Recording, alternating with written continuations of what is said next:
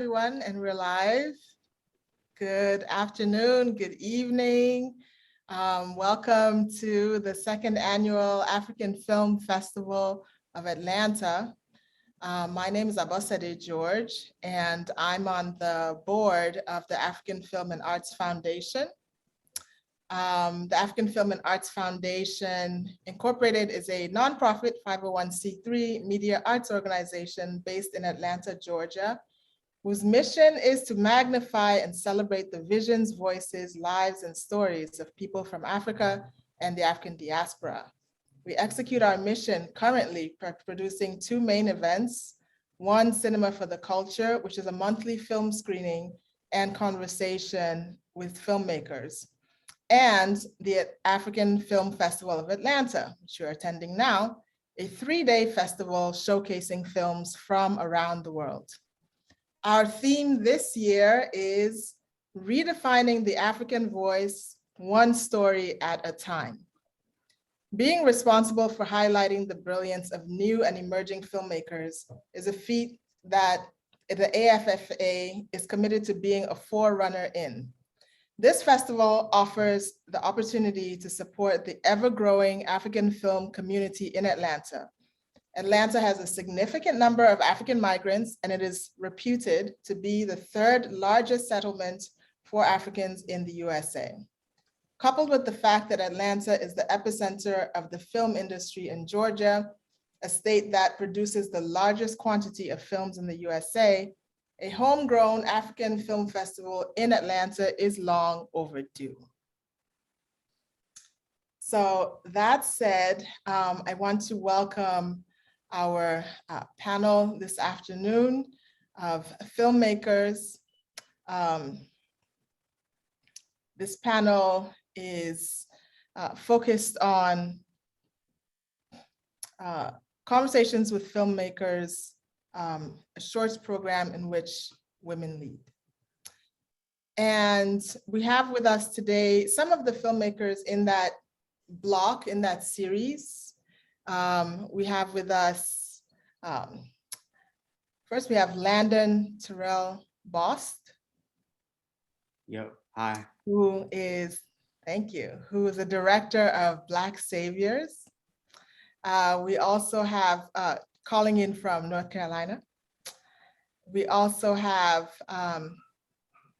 Neha Manoj Shah, who's the director of Face Mask for Sale, and calling in from Nairobi, Kenya. And last but not least, we have, sorry, I'm gonna try to, Medhat Maged. Yes, that's it. Okay, and I really apologize because I don't have your film's name on here. It's 1811. 1811, exactly. Who's the director of 1811? Calling in from Cairo, Egypt. Yes. A small town I'm sure no one's heard of. That's a joke. So the questions, I thought we would have a conversation a bit about your films, of course, which is where we want to start, but also about yourselves and your craft and filmmaking in general. I think the first question I wanted to ask, which is the normal question, the generic question, is really, how did the project come about? And you can address this question, in any way. This is either from an inspirational standpoint, like inspirationally, how did it come about? Or from a practical standpoint, like practically, how did it come about? How was it made? Or both, right? So maybe we'd go in the order of introduction for the first question. And I have just a few more. And then we'll hopefully have time for Q&A. All right, so my film was Black Sabers, and it's about a senior director at a pharmaceutical company who's restoring the childhood home for one of the surgeons that perform life-saving heart surgery on MLK while she works on a COVID-19 vaccine. And how the project came about is, I mean, it was actually a school project. So I'm a recent graduate of college. So I went to the University of North Carolina, and for my capstone, like video class, I had to create like a documentary. And how I found like the topic is because like the main character, she's my aunt. So, I've known, I mean, she's been working in pharmaceuticals for like, for the majority of her career. And she's always had like an interest in like historical homes and like preservation as well. Like even before like I took the class, she'll always drive me around like the neighborhood which the film and like the house is in. And she would just tell me about all these like historical, homes and like historical people and what they did. Eventually she did, buy herself a home to like preserve, and just so happened that COVID happened. So then like, her job kind of became very important, or more important than it was previously. And I mean, from a practical standpoint, I mean, since it was like, my first documentary I've made, I mean, it was just really a lot of learning, about, everything in regards to filmmaking. I mean, I had some experience doing other forms of storytelling, such as like writing and photojournalism, but that was my first time really in a documentary, mode. And I kind of like focused on my aunt's story really, because like, I mean, the neighborhood, it's kind of been through a lot. And, at one point it was, really the United States really for founding like Black community. Many, historians, said that, that was like the model for like how all Black communities should be.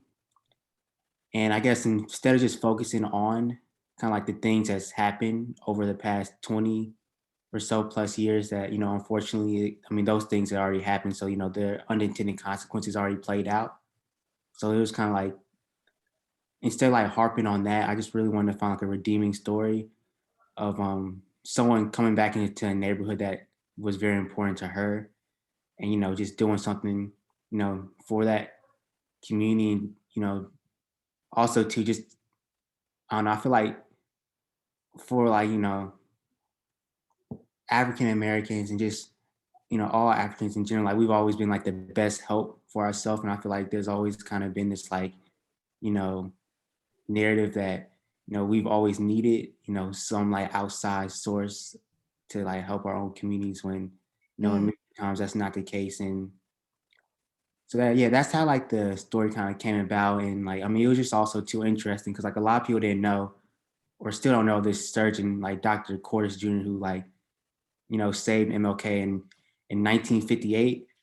So, this was before like, he started doing a lot of the things in like the 60s that he's remembered for today.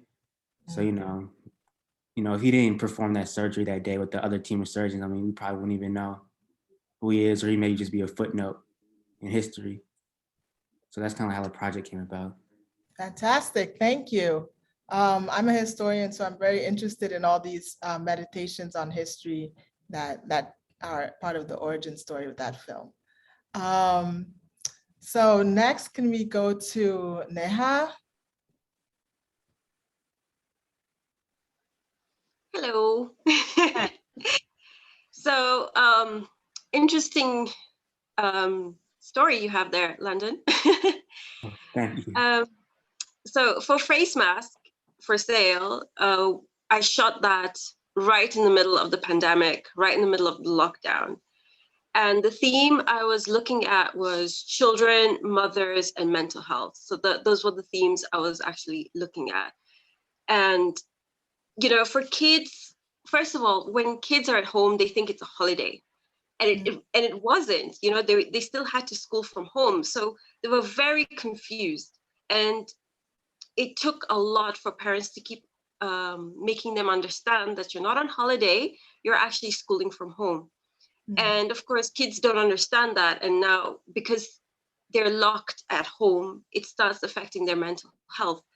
And now parents, especially mothers, had to be the teacher, the cook, the cleaner, the breadwinner, and everything. So a lot of the pressure, the world just came onto their shoulders, and especially for single mothers. And because they were constantly looking after the children and their mental health, they completely forego theirs. So in Kenya, government does not care so much about carers, especially single mothers. So there wasn't much support that we got from the government. And this story kind of follows this particular woman who is pregnant, has children at home, and how she's kind of the journey from, okay, we're locked at home, it's all hopeful, we can do things, we can relax, we're not that stressed, we can do the things that we want to do. And then over time, it just became like the disparity of it, like, okay, how long is this going to last? Because it's starting to affect the mental health. So in the 2 minutes, it's a very short film. In that 2 minutes, we kind of go through the whole mental and the physical journey of a woman staying at home. So this is quite interesting how we shot this. This is the first time I've ever done this. I was super nervous because everything was done remotely. So thank God for Google Docs. Everything was literally planned remotely. So we had 2 teams. So we had the shooting team, which was just the 3 of us. It was me, the cinematographer, and the actress. So we were just 3 women shooting on set. And the other team was the spoken word and the music. So they were recording that in real time, parallel to us shooting it. And as a director, because I was not overseeing the music, I was just like, oh my God, how is this gonna turn out? But honest to God, it worked out so well. It worked out really well. And I'm really happy with the team. One thing to note, 90% of the crew and cast were women on this film. So I'm pretty happy about this. Yeah, thank you. Fantastic. That was leading up to one of my next questions, which was about the impact of COVID on your practices. But you started talking about that. That's amazing. Last but not least, again, Medhat, do you want to talk a bit about how the project comes about, and inspirationally or practically or both? Well, basically it's a graduation project from my school. So I was searching for a good story that I can adapt it as a script for the cinema to be a movie. And then I found this short story from a book of Alberto Moravia. When I read it, it was perfect for me. Then I postponed my graduation maybe 2 years just to get the money and get the good fund and all this stuff to do this movie, because I was thinking that this movie will be my start in my career. So I wanted to be more professional, not just a graduation project or something like this. And here we are. I hope I didn't ruin.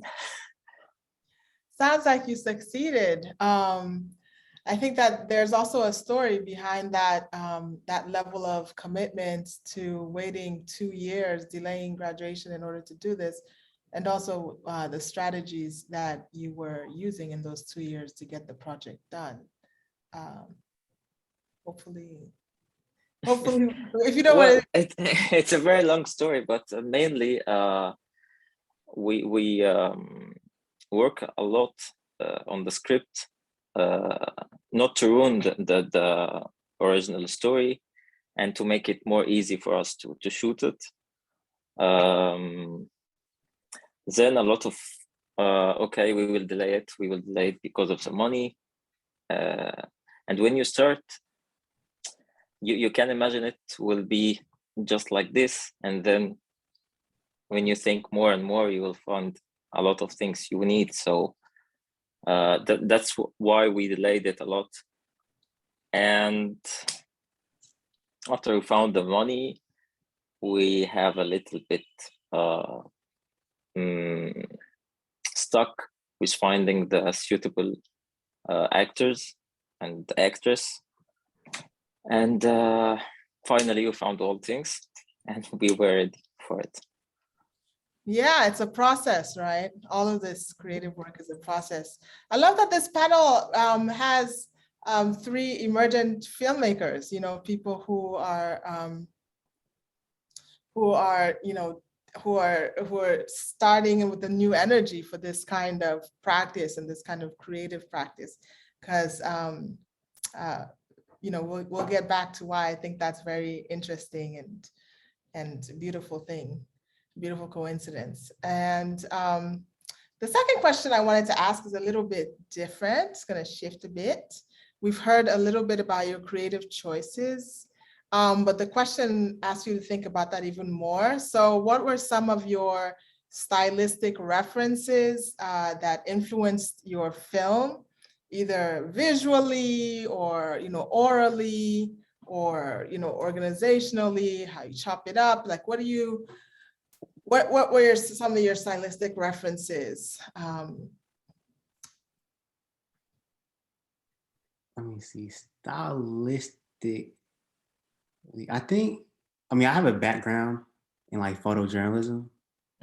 So I think mine was kind of like very like photojournalistic, the way that it was, you know, created. It wasn't, I mean, it's not like I had like any crazy like cinematic, you know, effects or anything like that. And it was just very, you know, rooted in like, you know, the story, and also too just using a mix of like archival, using some of the, you know how like Vox does those like animations where it's like, you know, line animations. I had some of that when I was going over the archival, you know. So I think, you know, that's really how it's like rooted in, and like also too just a lot of like, you know, the one man band style, since, you know, it was for like a class project. You know, I had to, you know, direct it, do the script, you know, do the editing, like go out, be the cinematographer. So I think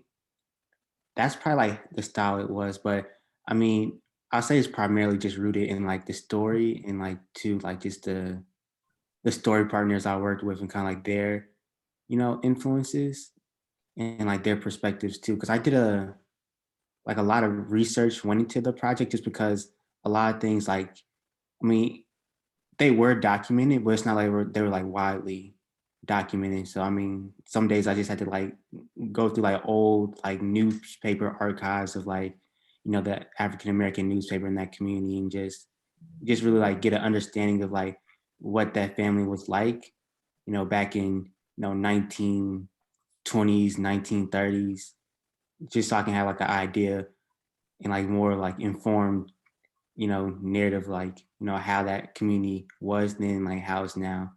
So I think it was just like a lot of like journalistic practices, I'll say it was rooted in. Fantastic. You know, one thinks about, like you've all said, the amount of work that goes into it, the amount of research, even if it's 2 minutes, it takes, you know, many hours, dozens of hours to get to that. So there are a lot of choices along the way, right? And that get made. Neha, do you want to go next? What do you think are some of your influences that went into the film? You know, I can't even answer that properly because there's so much. It was really, I can't even explain the film in a linear, like this is what the film's about, because there's so many layers and undertones in the film. But I was kind of primarily looking at a montage, because again, it was the physical space, her mental state, and, you know, like, how do you show a mental state in film? So Kavoshi, my actress, she's actually an artist that I met on another shoot that I was working on. And so she was literally live drawing while we were shooting. And that was just amazing how it just magically kind of, I mean, I was looking for an artist, but it came to a point that if I couldn't find somebody, then I'll just have to like probably draw it myself and then we'll shoot it. But she was actually live drawing. And I think that kind of inspired me on set. So it was like a mixture of doing research beforehand and also coming on set and kind of letting the actor kind of bring in her magic, her personality into the film and kind of integrating herself in the story. But I can't actually say what the little inspirations. I'm actually a production designer, so I do a lot of set designing. I was on Rafiki. I was part of the crew on Rafiki, so that's so I have a little bit of experience in film, but not as a director, but more on the crew, on the production design side. So I kind of brought those elements in as well. The one thing that we hadn't planned, which was really interesting, you know, when she takes off her top and she closes the curtain, that was completely not scripted whatsoever. She was changing and I was like, wait a minute, I actually like this shot.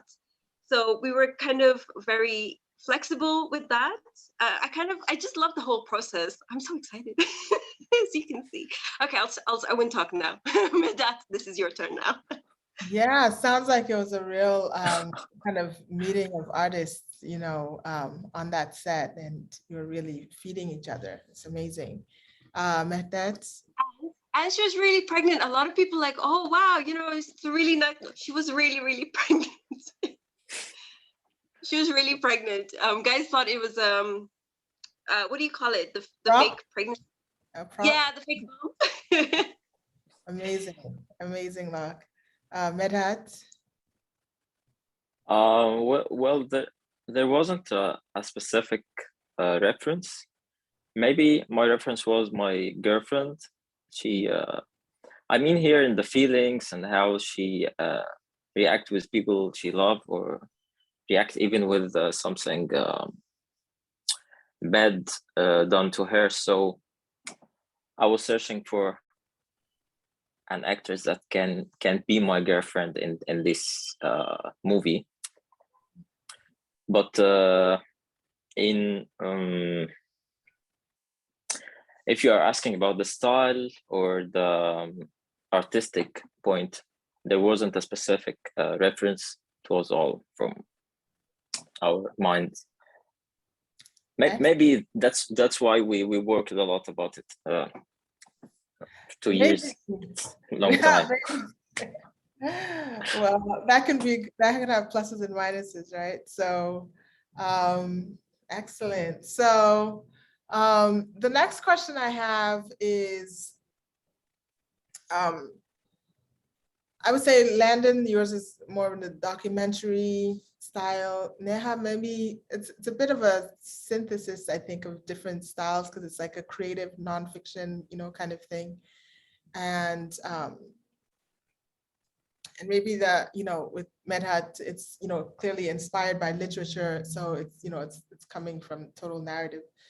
But I think this question, maybe it's speaks more to documentary, but I think it actually speaks to all styles of filmmaking. What made this a story that you needed to tell? That is the question.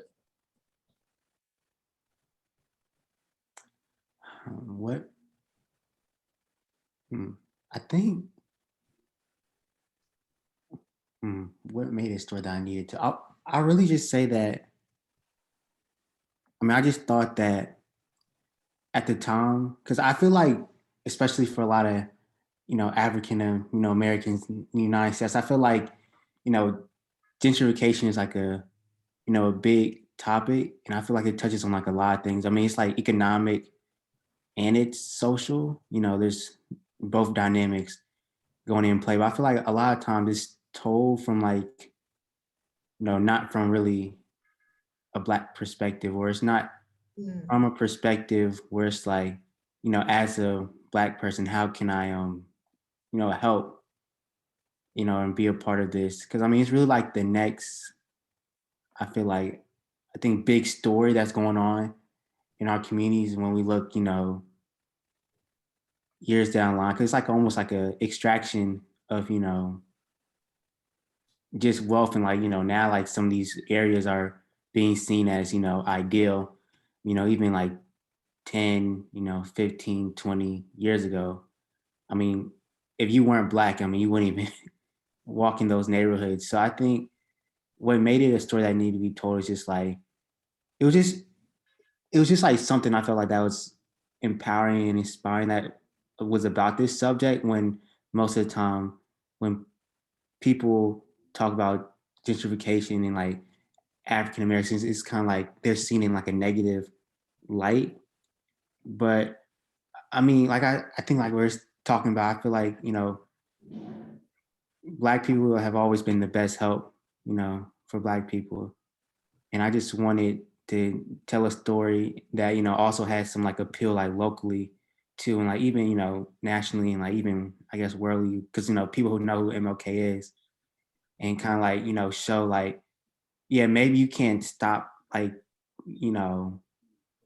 some of the things that are happening with gentrification. I mean, it's kind of like just time and like, real estate, just the free market. I mean, it's really nothing you can do. But as a, Black person, you want to see your neighborhood, retained. You want to see the same like cultural identity. I mean, you can always go back and invest, and that can be, buying a home, that can be starting a, business, that can be like, a variety of like different things, volunteerism, but all that can go into like maintaining our, cultural heritage, because, the homes and like that footprint, like in Black communities, just like the structure of the homes, that's kind of like, a reminder that, these, like, we had like successful, communities. And, if you just tear those homes down, it's like, I mean, you wouldn't tear down the Acropolis, or something like that. I mean, so, I mean, it's just kind of like our record of just, showing that we did have that strong, history. And like, we can still have that today. I mean, that's not lost. I mean, there's still like a very proud energy in that neighborhood. And, many other neighborhoods, not just in North Carolina, but, across the world. So. Thank you. Very deep answer. Neha, what made this a story that needed to be told? I saw you bursting with an answer. Oh yeah. I had to rewatch that film again to remember. And I was just like, wow, it's like a personal journal. I was in such I was in such a mental rut at that time. It was, in the middle of the pandemic, middle of 2020, there is no work. I'm stuck at home. Yeah, at first I was like, okay, yeah, I can, I started gardening, I started drawing, I started doing all the things I wanted to do, but it still wasn't, there was that, there was something inside me that just felt very trapped. And I didn't know what to do. And talking to people, I had a lot of conversations. I mean, it was such a beautiful time to talk to people because they were not busy. Everybody was at home. So everyone had time to talk to you, kind of have long conversations. And the same pattern kept happening, especially because all my friends are parents and their main concern was the kids and trying to cope with the kids. And I kind of saw a pattern. And I also looked within myself, because I was mentally stuck. And this project, this film became a way that I could focus on something else other than myself. It was a way I could express myself. I could talk about things that, everybody was feeling but didn't know how to express. And that's what this film became. It became like, do you call it a visual diary? Looking back at it, yeah. So that's where it all came from. That's powerful. That's very powerful. Thank you. It also helped me mentally also to come back to reality, to come back and kind of push and to start writing again. So it's a very personal thing for me as well. Thank you. Medhat. Okay, maybe. What made this a story that needed to be told for you? Many reasons. First of all, I always concerned about the relation between peoples and how they react with each other in the case of love or hateful, whatever. Second reason, it was more and more personal because I had some issues with my girlfriend and something like this. So I thought, okay, when people love each other too much and one of them just betray, what will happen and how can she feel this? Also, when I read this story, it was, wow, it deserved to be on a screen because there's a lot of details. It's so rich with details, the characters and how they react with each other. Maybe this is the reason, I think. Absolutely. That's I really have a question for Medhat. okay. Are you Yeah, sure. let's have a conversation. Yeah, go ahead. Are you still with your girlfriend? Are you guys still together? Yes. It worked out. Yeah. It was Love wins. like saying sorry for her. Wow. After a 2-year apology, love wins. Yeah. Amazing. Oh, well, this is interesting because my next question, this is second to the last one, was going to be what kind of impact did you want the work to have? Let's start with Medhat because we just heard about one of the impacts that the work did have, but what was your intention?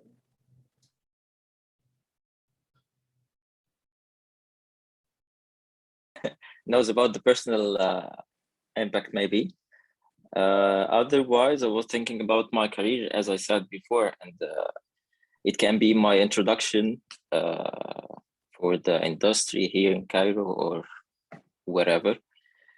Up to now, because it's the first, I think it's the world premiere for the movie here in the African Film Festival in Atlanta. So I think it's great for the poster and the trailer and all these things. And it encouraged me to, I'm working on now on a big project.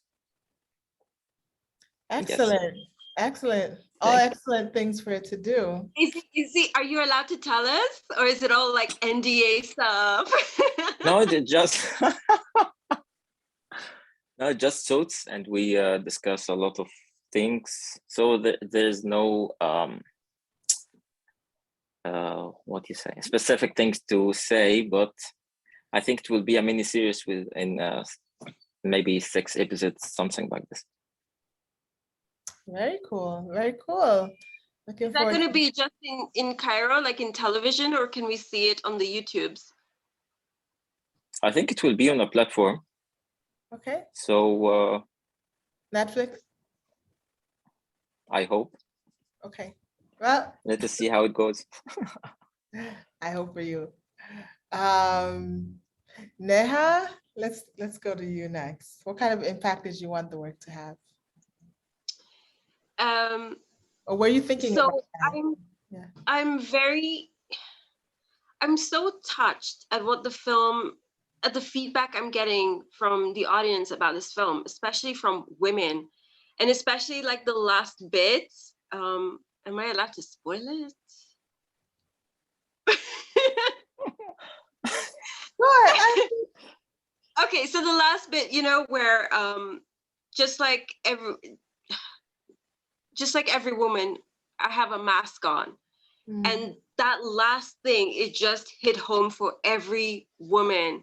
And I think you also understand that we're constantly having different masks, and the painting itself is a woman screaming in a mask because she's like, can anybody hear me? Can anybody help me? Because all of that. And it was, for women, it just kind of hit home, and they were like, yes, that's exactly how I feel. And I was like, oh, thank God. Oh, thank God. Because, I think as a filmmaker, you kind of feel like very nervous the first time the audience sees it. And you're like, okay, is the message, have you spoken the message correctly? Has it driven home?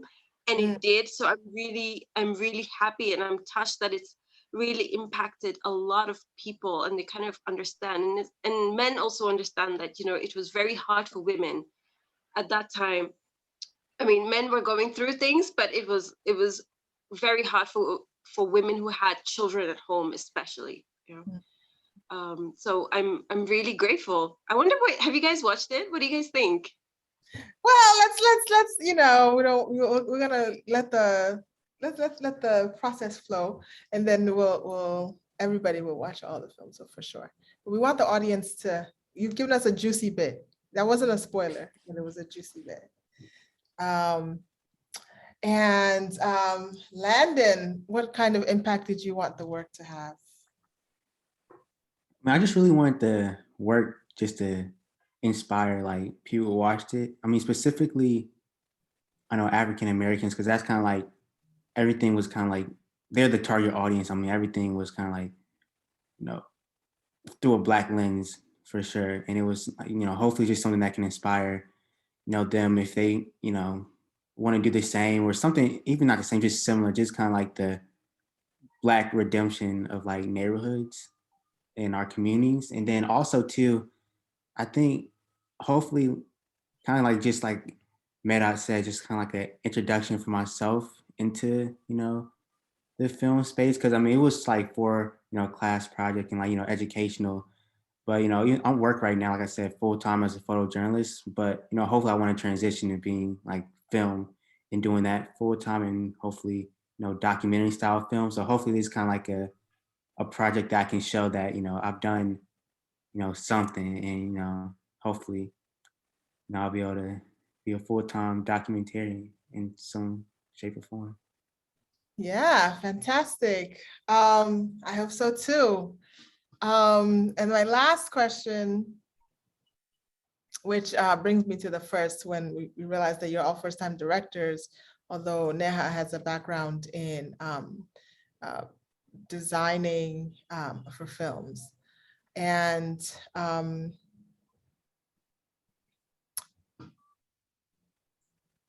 so the last question has to do with like, you know, filmmaking. Filmmaking for some people who've been doing it for a while, it can be characterized as not the easiest path. You know, we got some inkling from Medhat about, you know, the struggle of getting even his first film made. And Neha, maybe not so much the struggle of making the film, but, you know, there's a lot that went into it, a lot of dense, strong emotion, even before it came to being. But filmmaking is not the easiest path. Not to start, not to persist. And you guys are at the beginning and seem to have the energy to keep going. And so I guess my question is like, what is your inspiration to work in this mode? What is your inspiration to work in this mode or to create, to express your creativity in this particular genre? I know that Landon has already said that you've worked in other kind of creative genres in writing and in photography. So what is it about film that inspires you, despite all of the challenges that you might have heard of or that you might have experienced with the first one? I think what inspires me is just because it's just, in my opinion, the most immersive form of storytelling. Just because it combines like, you know, the words, like, you know, writing, like audio, you know, visuals. And, you know, I have a passion for like, you know, I like writing, I have a passion for photojournalism, but be able to like combine those two into video is just, you know, fun to me. Also too, I think it's challenging for sure, but I mean, it's challenging in a good way. That's, you know, fun and kind of like keeps your creative, you know, juices flowing. Cause, you know, with especially like video, I mean, trying to grab someone's attention, you have like what, 5 to 10 seconds probably. And, you know, just cause we're so like inundated now with just like video and like visuals, I think it's just, you know, interesting. I think that's what like the audience is. I mean, people will watch a, you know, 2-minute short film or like a, you know, 20-minute short film or whatever. But, you know, if you say like the same things, but you say, all right, here's this like 3,000 word article, 3,500, they'll be like, I don't know about that. So I think it's just like, you know, fun, and like I said, it's immersive, and I think that's where the audience is. And like, I think powerful visual storytelling can like have a great impact on like many people's lives. Absolutely. Thank you. Let's start with Medhat this time. Okay.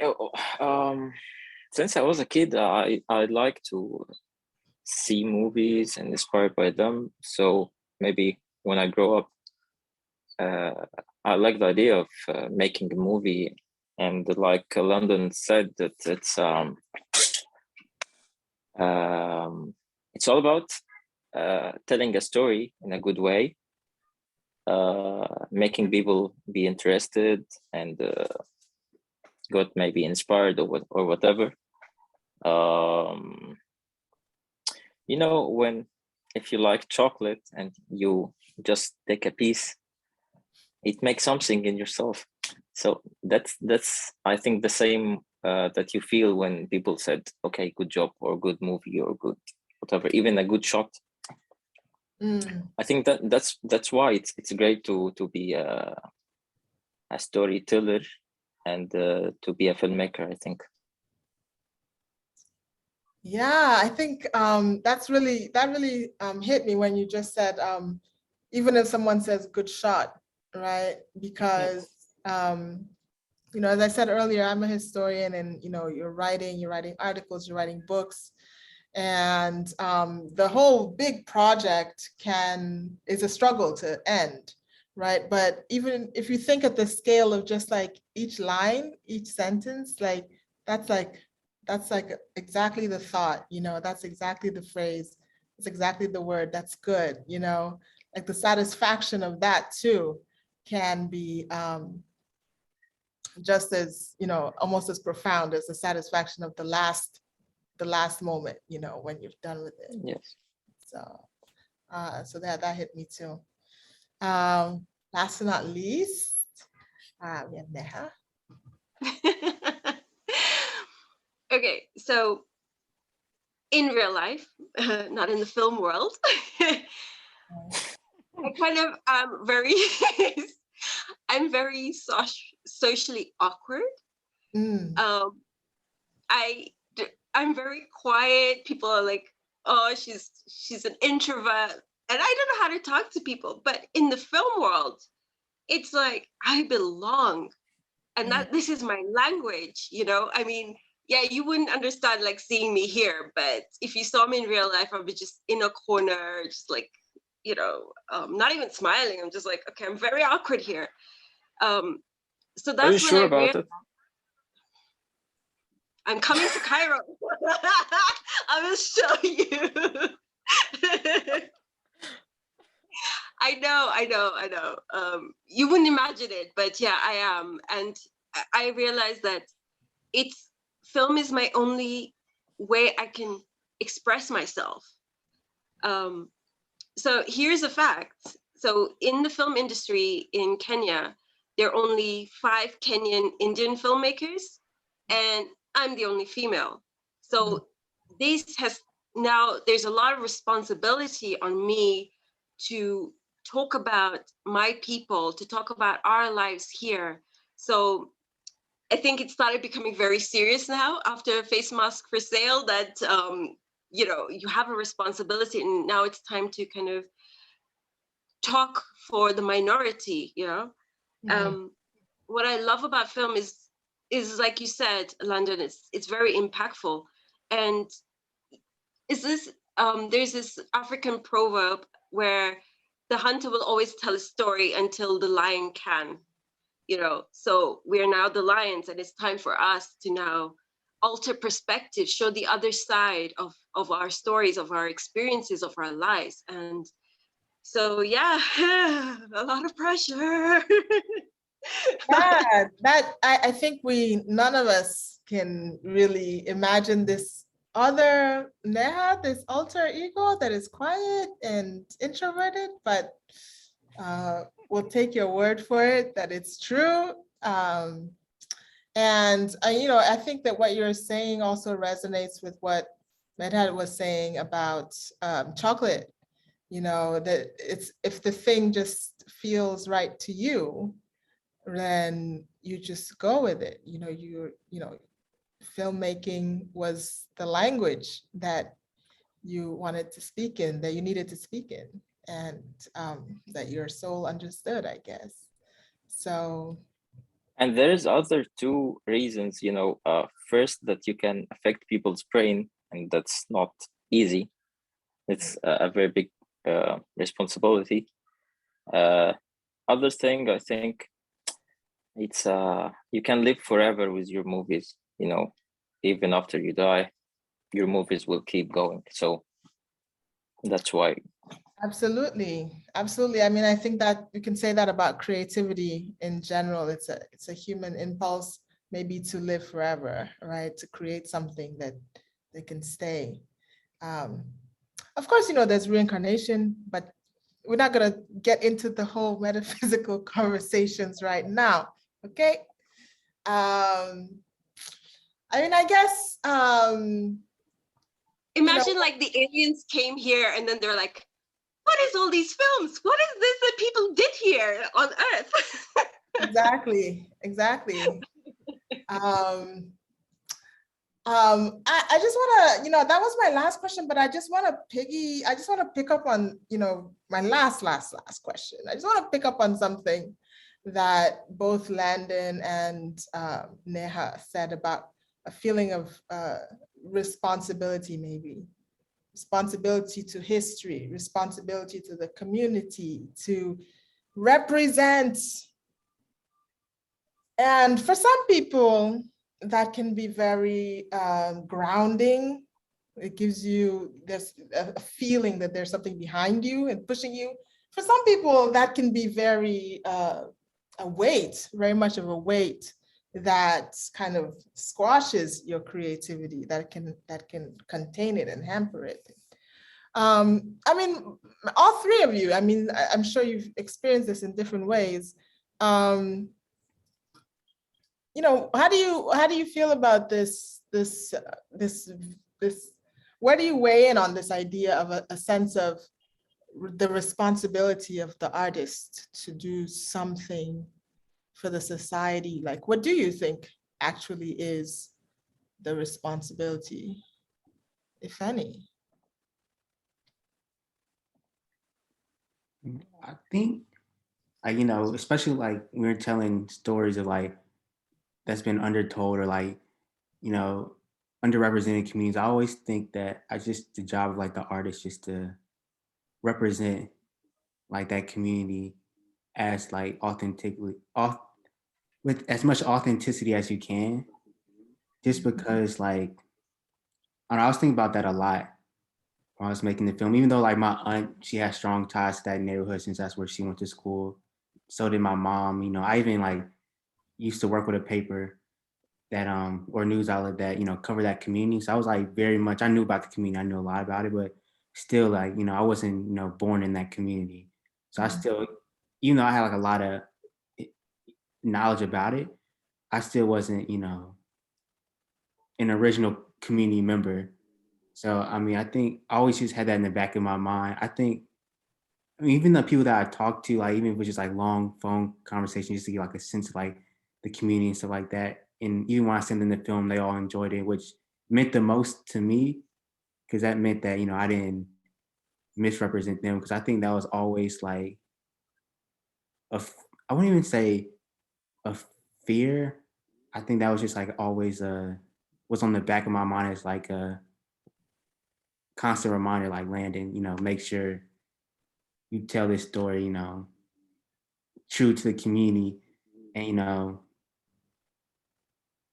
so yeah, I think it can be. Do you think that's the journalist in you? Yeah, I think that wants to do something representative in that way? I think it is the journalist in me, and then I also think it's like,